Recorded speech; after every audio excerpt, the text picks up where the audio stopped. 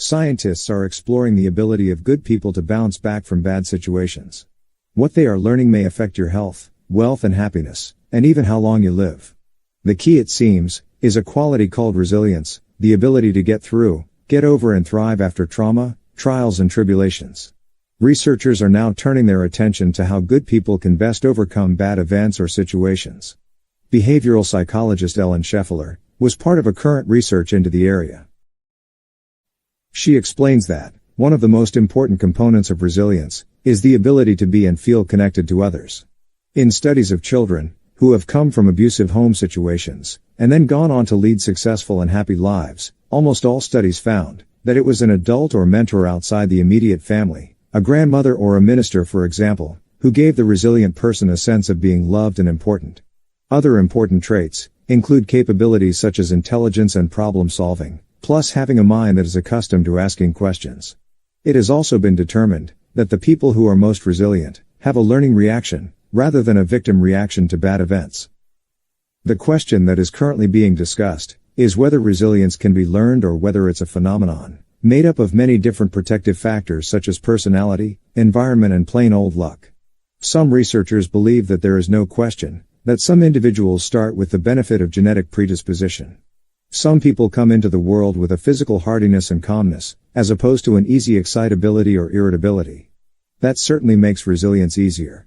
But more and more specialists believe that resilience can be fostered through programs that help people tap into their innate resilience. Resilience training is being done, not only with individuals nowadays, but also with groups. Companies are taking advantage of resilience training to improve their bottom line. According to the executive of one company where employees get training in personal resilience and relationship building skills, in the past, if someone hit a disruption in their life, such as a divorce or a family illness, the company would lose them for several months. But not anymore. Resilience training helps employees get back on their feet.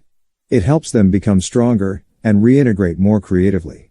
Not only has productivity gone up and sick leave gone down, but people say it has changed their lives.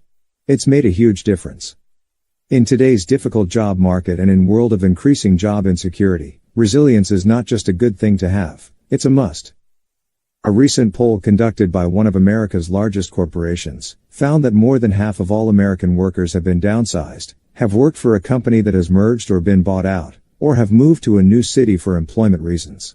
The reality is that more and more people are expected to be of value without a traditional job description or family role, like the huge number of people starting home-based businesses. People need to be more self-reliant and flexible, in other words, more resilient than ever before in modern history.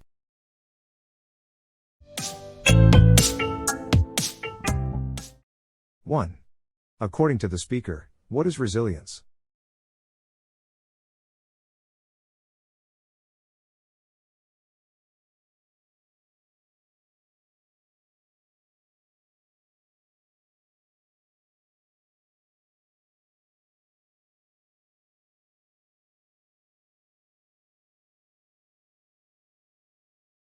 Two.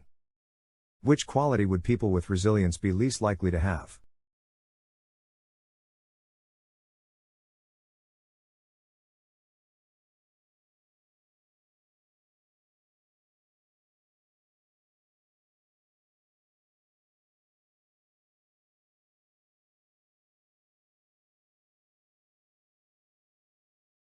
Three.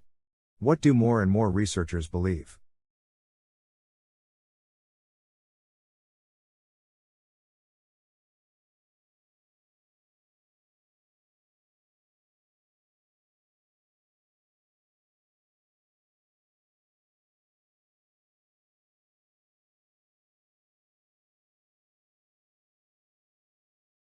Four. How can resilience training help a company's profitability?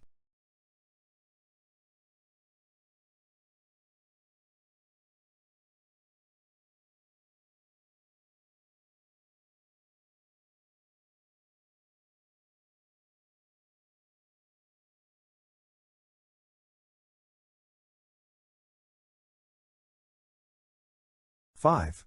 Why is resilience a must for people in the modern world?